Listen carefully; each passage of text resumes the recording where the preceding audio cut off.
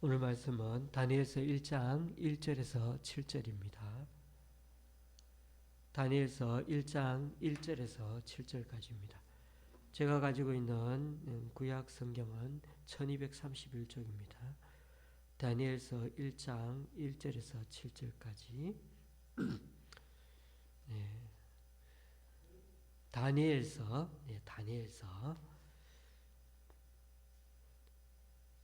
1231쪽입니다. 다니엘서 1장 1절에서 7절입니다. 다니엘서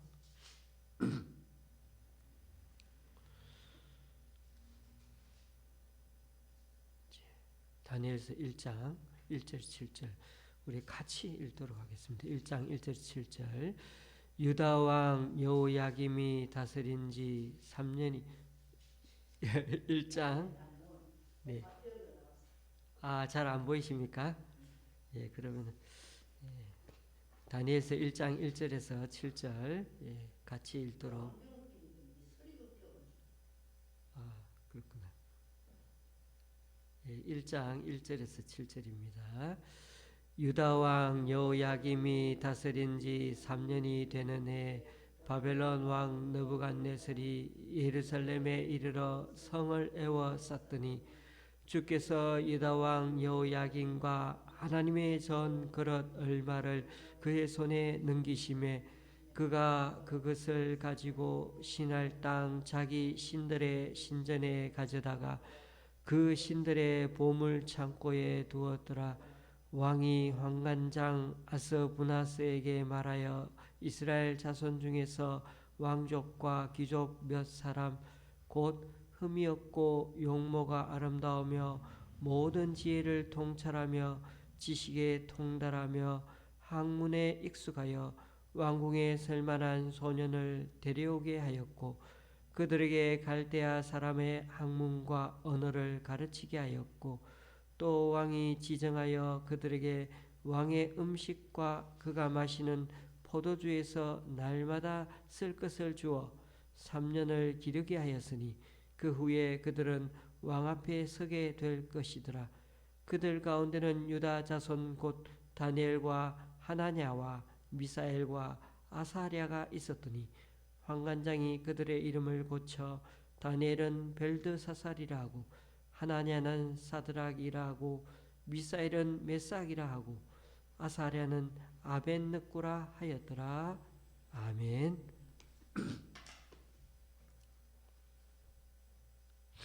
오늘 단출하게 두 명인데 제가 재미있는 내용 하나 읽어드리면요. 미래의 세계 대예언 이런 쪽지가 프린트물을 제가 십몇 년 전에 받은 적이 있어서 집에다가 보관했는데 거기에 보면은 이렇게 되어 있습니다. 뭐 거기 10가지가 기록되어 있지만은 한 두 가지만 읽어보면요. 첫 번째, 2011년부터는 세계가 3년간 괴질 운수에 접어든다.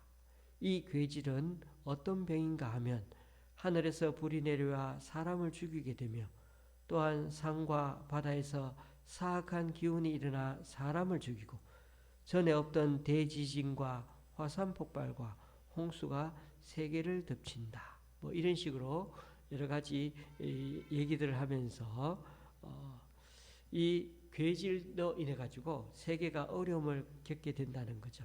그게 2011년도에 그렇게 된다고 했으니까 2011년 전에 제가 이 쪽지를 받은 것이죠.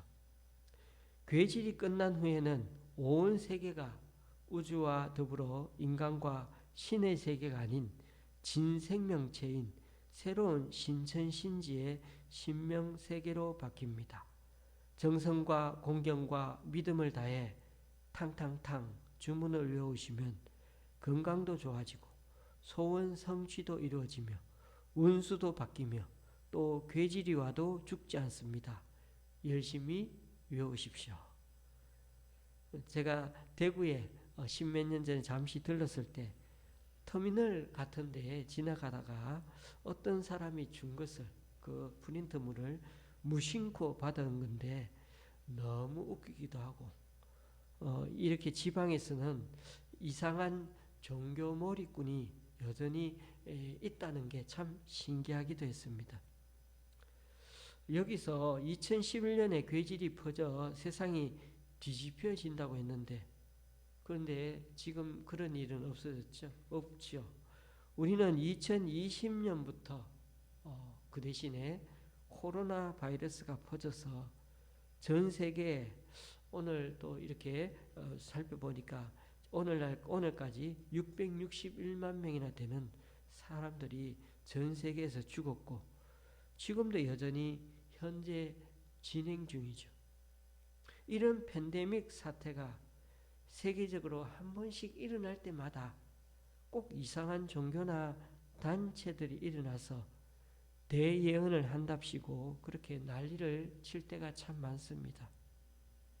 그런 점에서 오늘 우리가 살펴보게 되는 다니엘서도 어떻게 보면 미래를 예언하는 예언서가 맞습니다. 그런데 좀 다릅니다. 왜냐하면 다니엘 시대 사람들에게는 이 예언이 미래적인 내용이었지만은 우리가 읽는 때는 이미 이 다니엘에 있는 성경에 있는 많은 부분들이, 내용이 이미 역사 속에 이루어진 과거 내용이 되었습니다.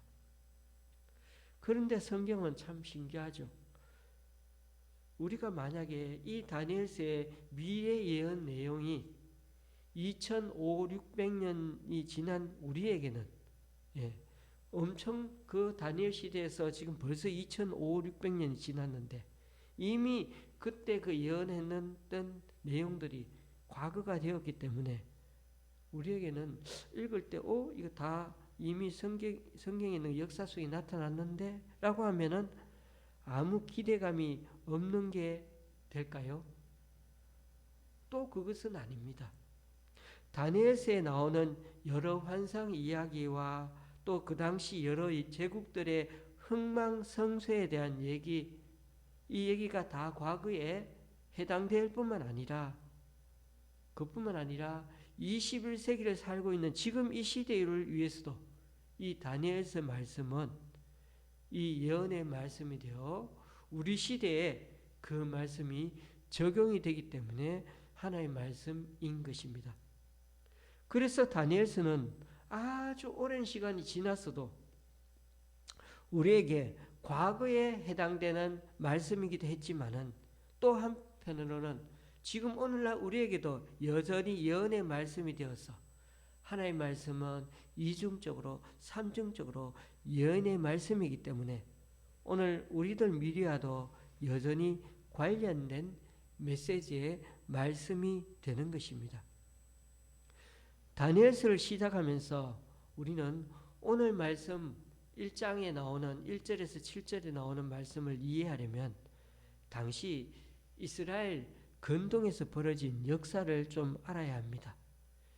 BC 612년, 그러니까 기원전 한 7세기경에 아수르 제국이 누구를? 북이스라엘을 무너뜨린 나라이지 않습니까? 그런데 이 아수르도 신흥 바벨론 왕국에게 결국 수도 니느웨를 잃어버리고 빼앗기고서는 나중에 몰락해 가기 시작합니다. 아수르는 바벨론을 막기 위해서 애굽의 느고 왕과 함께 이렇게 연합군을 결성해 가지고 갈그미스 전투에서 이 바벨론과 대판 싸움을 했지만은 결국은 이 아수르와 또 애굽이 똑같이 바벨론에 패하게 됩니다. 그래서 애굽의 느고 왕은 패한 것이 너무나 분했던지 4년 뒤에 또다시 4만 명의 병력을 이끌고 다시 갈그미스로 싸우러 나갑니다. 이때 유다의 여호야김은 애굽의 편을 들고 바벨론을 조공을 바치다가 바벨론을 배신하고 애굽 편에 서게 됩니다. 하지만 애굽은 이번에도 바벨론에게 철저히 또 패하게 되었습니다. 그러니 어떻게 됩니까? 바로 유다는 낙동강 오리알이 된 것이죠. 느부갓네살 왕은 이때 배신한, 조공을 바치지 않고 오히려 애굽에 붙은 그 여호야김 왕을 징벌하기 위해 오늘 1절 말씀에 나오는 것처럼 예루살렘을 쳐들어가서 포위하게 됩니다. 그러자 유다는 항복하게 되었고 왕과 귀족들은 바벨론으로 붙잡혀 끌려갔습니다. 그때 예루살렘 성전의 그릇들 얼마도 바벨론 신전으로 가져갔습니다. 여기까지 내용은 일반 세계사 내용이 더 잘 나옵니다. 하지만 성경의 역사는 일반 세계사와 다르게 거기다가 좀 더 의미를 붙여 얘기하고 있는데 바로 오늘 2절 말씀을 주의 깊게 보십시오. 주께서 유다 왕 여호야긴과 하나님의 전 그릇 얼마를 그의 손에 넘기심에 하나님께서 그 하나님의 전에 있는 그릇 얼마를 누구에게 느부갓네살 왕 손에다가 떡하니 넘겼다고 그렇게 표현을 하고 있습니다. 전쟁을 해서 한쪽은 이겼고 한쪽은 패했습니다. 겉으로 보기에는 바벨론이 이겼고 유다는 패했습니다.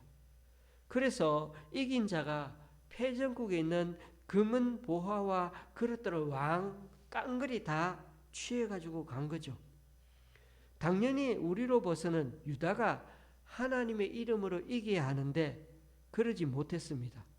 도리어 성전의 그릇들을 다 빼앗기는 그런 치욕을 당한 거죠.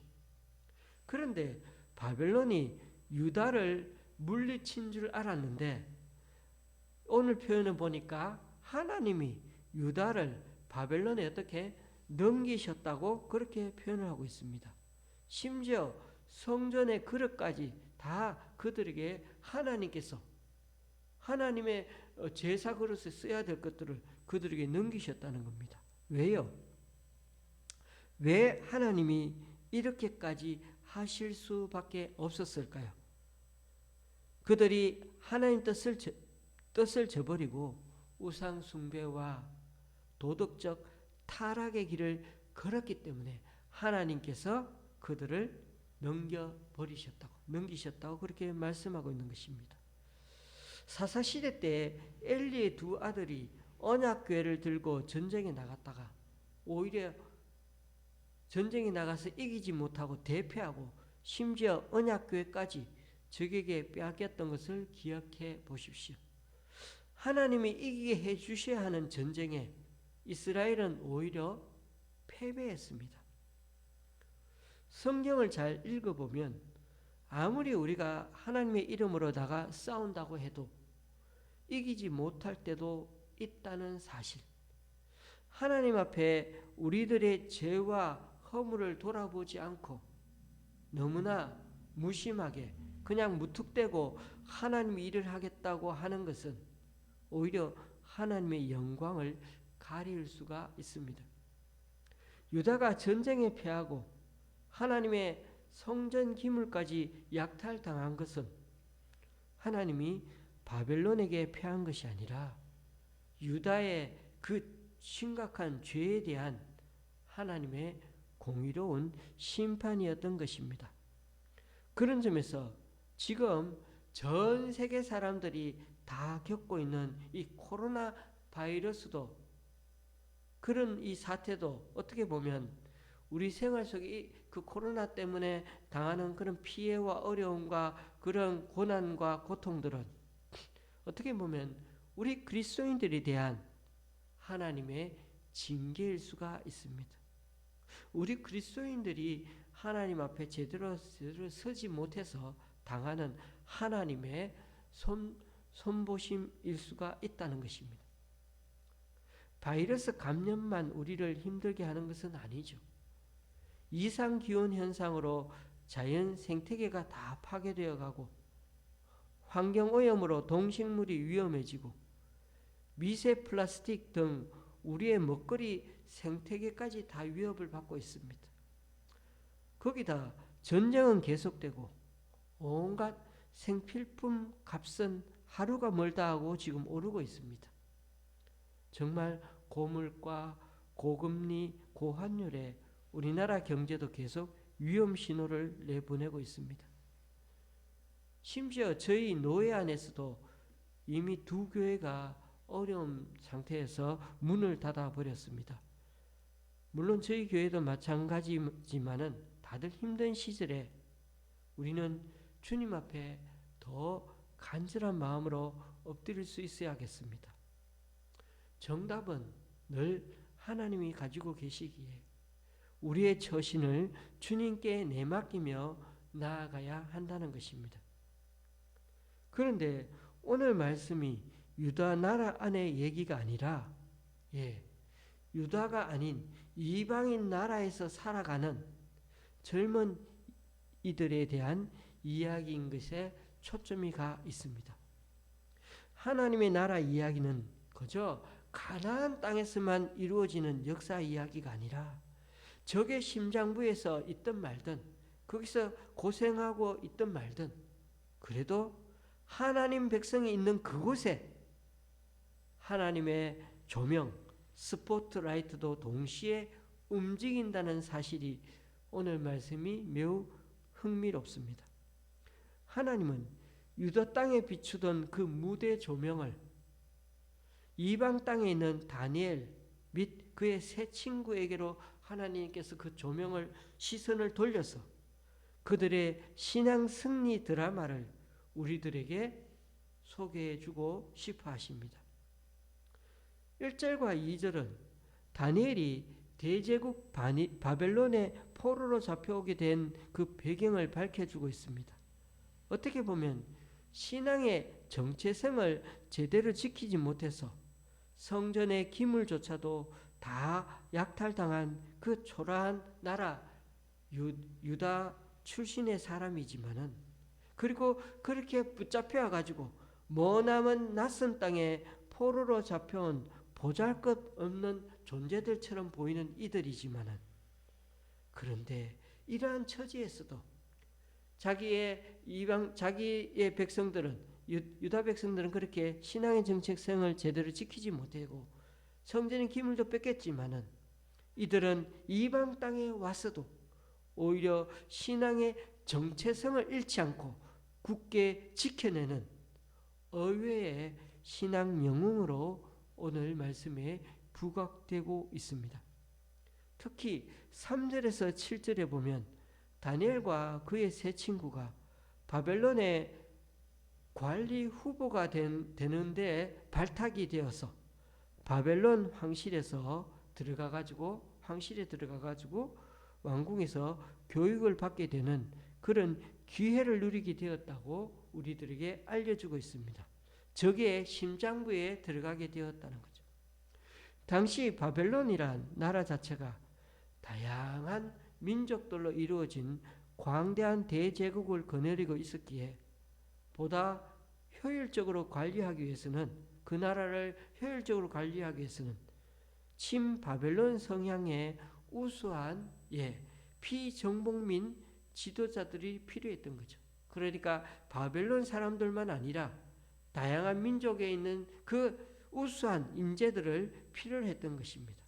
따라서 그들에게는 다양한 특권이 주어졌고 또한 철저한 바벨론식의 교육이 시행되었습니다. 왜냐하면 이들을 철저히 먼저 불러와서 바벨론 사람처럼 만들어야 자기 편으로 만들어야 그렇게 자기의 사람으로 사용할 수 있기 때문이죠.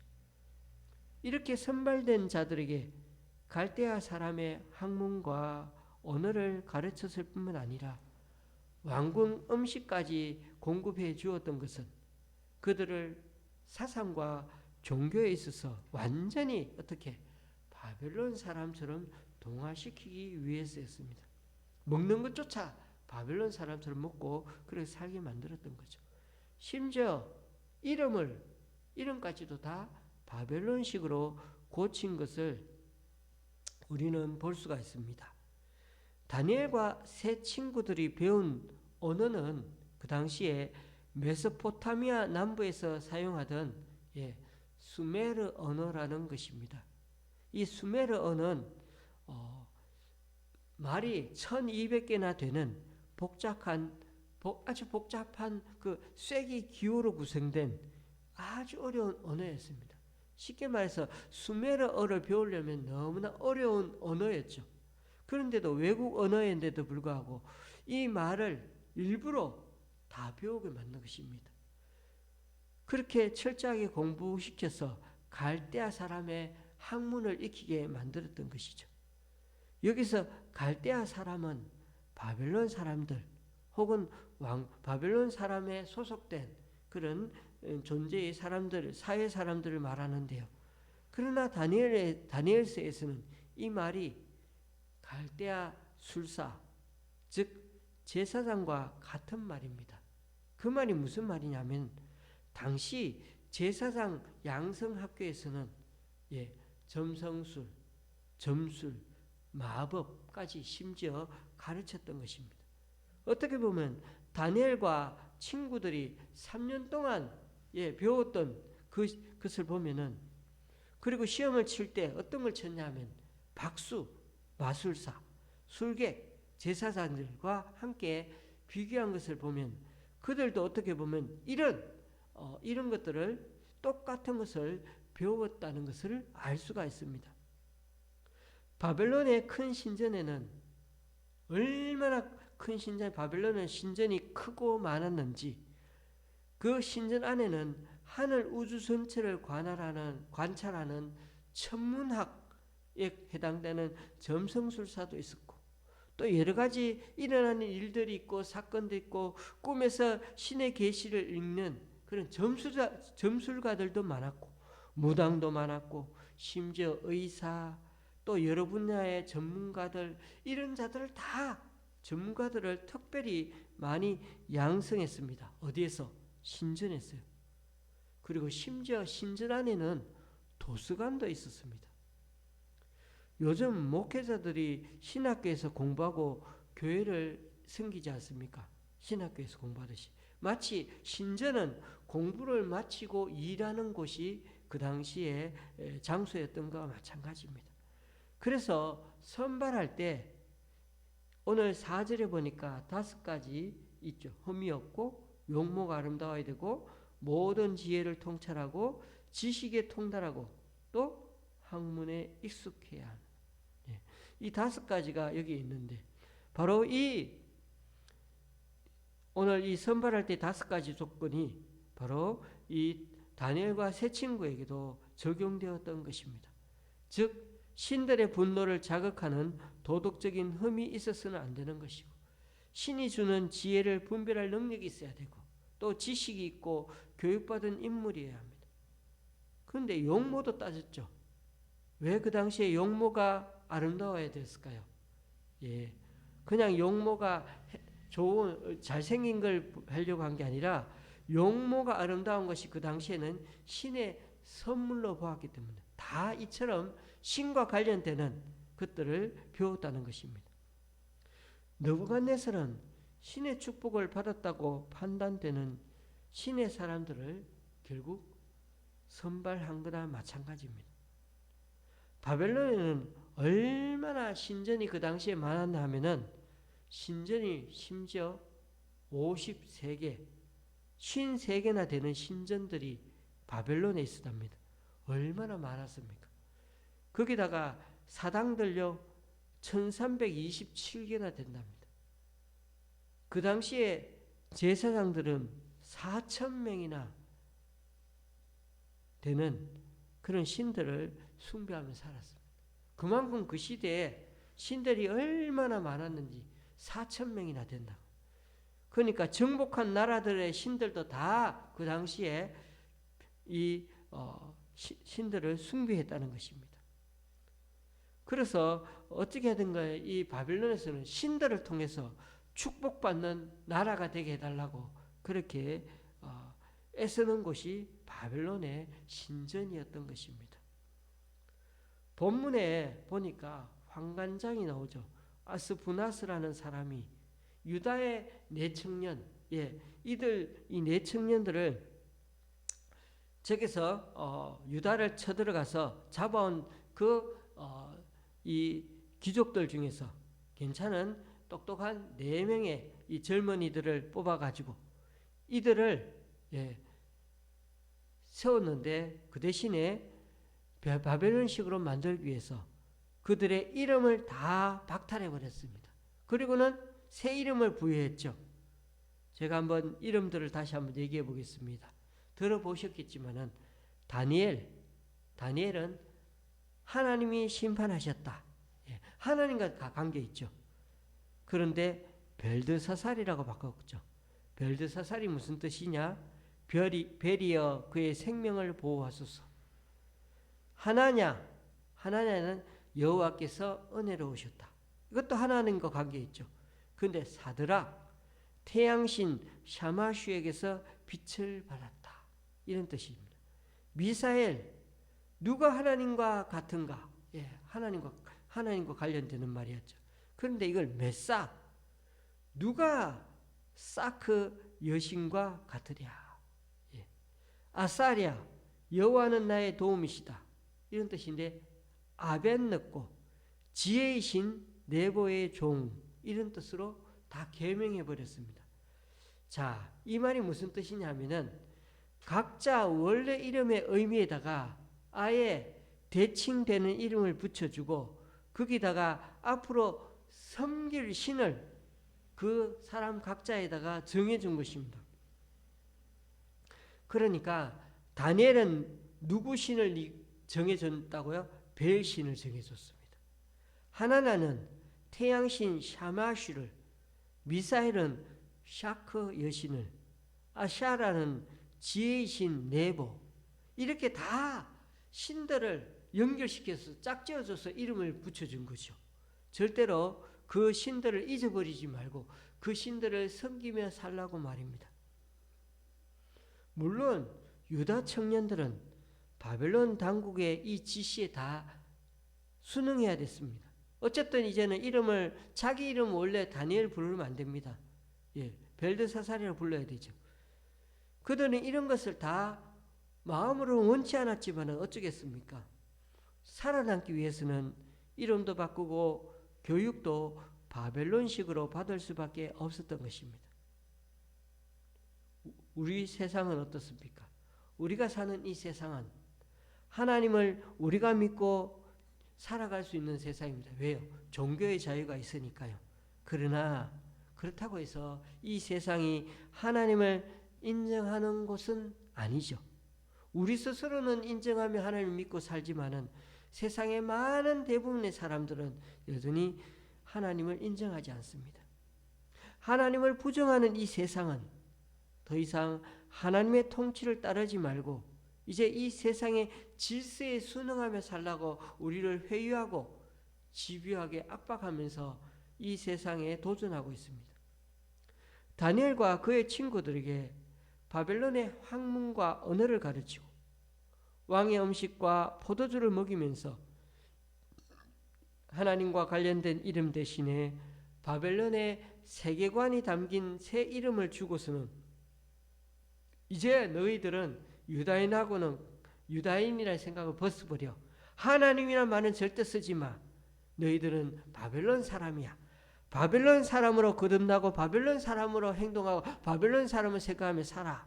라고 그렇게 말하는 조치가 바로 오늘 이렇게 이름을 바꾼 것입니다. 그런데 여러분, 바벨론 왕궁에서 알지 못한 사실이 있습니다. 그들이 유다를 식민지화하고 백성까지 다 빼앗아 와서 이름까지 자기식으로 다 바꿨지만은 이 젊은이들 마음은 바꾸지를 못했습니다. 오늘 우리가 주목해 보아야 하는 단어는 바로 넘기다라는 단어입니다. 2절에 우리가 읽어보았지만은 2절에 보면 하나님께서 하나님의 전에 있는 그 그릇 얼마를 즉 느부갓네살 손에다가 넘기셨다는 말이 나옵니다. 여기에 주도권이 왕에게 있는 것이 아니라 하나님께 있다는 사실을 눈여겨볼 필요가 있습니다. 느부갓네살 왕은 여호와께로부터 예루살렘 성전 기물에 대한 처분권을 위임받아가지고 그것들을 자신의 제국으로 가져갔던 것이지 자신이 그것을 빼앗아간 것이 아니라는 것입니다. 하나님이 스스로 내주신 거라는 겁니다. 그런데 솔직히 여러분, 실제적 역사적으로 보면 어떻습니까? 바벨론 군대가 예루살렘에 막 쳐들어와 가지고는 순식간에 이스라엘 사람들이 가지고 있는 거 다 성전에 있는 거 빼앗아간 게 맞지 않습니까? 언제 순순히 내줬습니까? 다 빼앗아갔죠. 당연히 사람들 눈으로는 그렇게 보입니다. 분명히 빼앗아간 것입니다.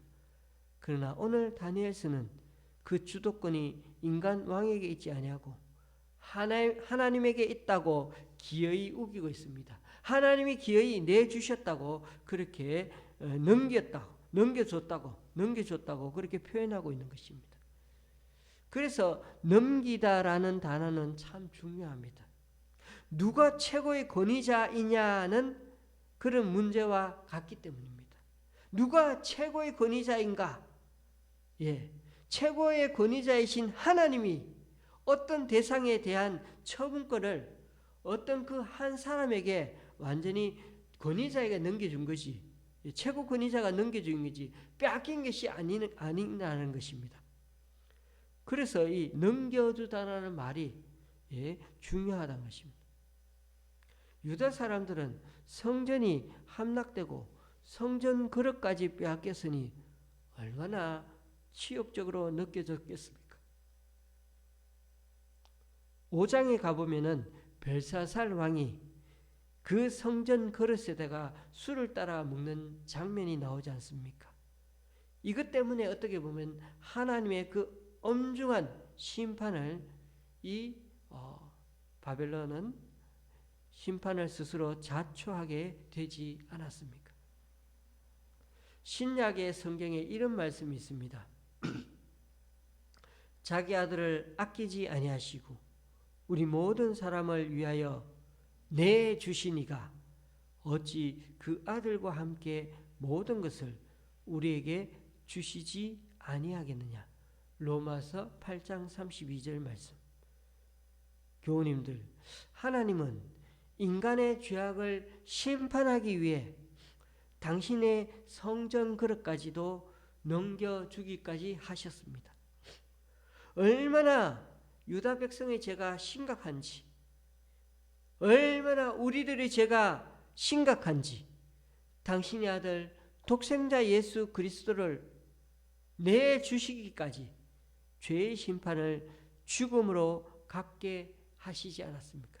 죄의 대가가 죽음이었기 때문에 독생자 예수 그리스도의 죽음까지 내놓으셨다는 것입니다. 넘기셨다는 것입니다. 여기서도 하나님의 아들의 죽음을 내주시기까지 넘기시기까지 그렇게 하셨다는 것입니다. 그러므로 교우님들, 누가 이 온 세상의 주인입니까? 느부갓네살 왕 같은 초강대국의 세상 힘 있는 자들이 진짜 힘 있는 자들이요, 최고 권위의 그런 존재들입니까? 아닙니다. 그들은 단지 불의와 죄악을 저지르는 우상 숭배자들을 심판하는 데 쓰임 받았을 뿐입니다. 이 일이 있기 직전에 하나님께서는 선지자 예레미야를 통해 느부갓네살 왕을 심판의 도구로 사용하실 거라고 이미 예고하셨습니다. 그러므로 오늘 말씀은 하나님이 배후 조종자이자 진짜 실세요, 진짜 세상의 참 주인이 되신다, 최고 권위자가 되신다는 것을 밝혀주고 있는 것입니다. 여기서 세속적인 세계관과 기독교 세계관이 갈리는 것입니다.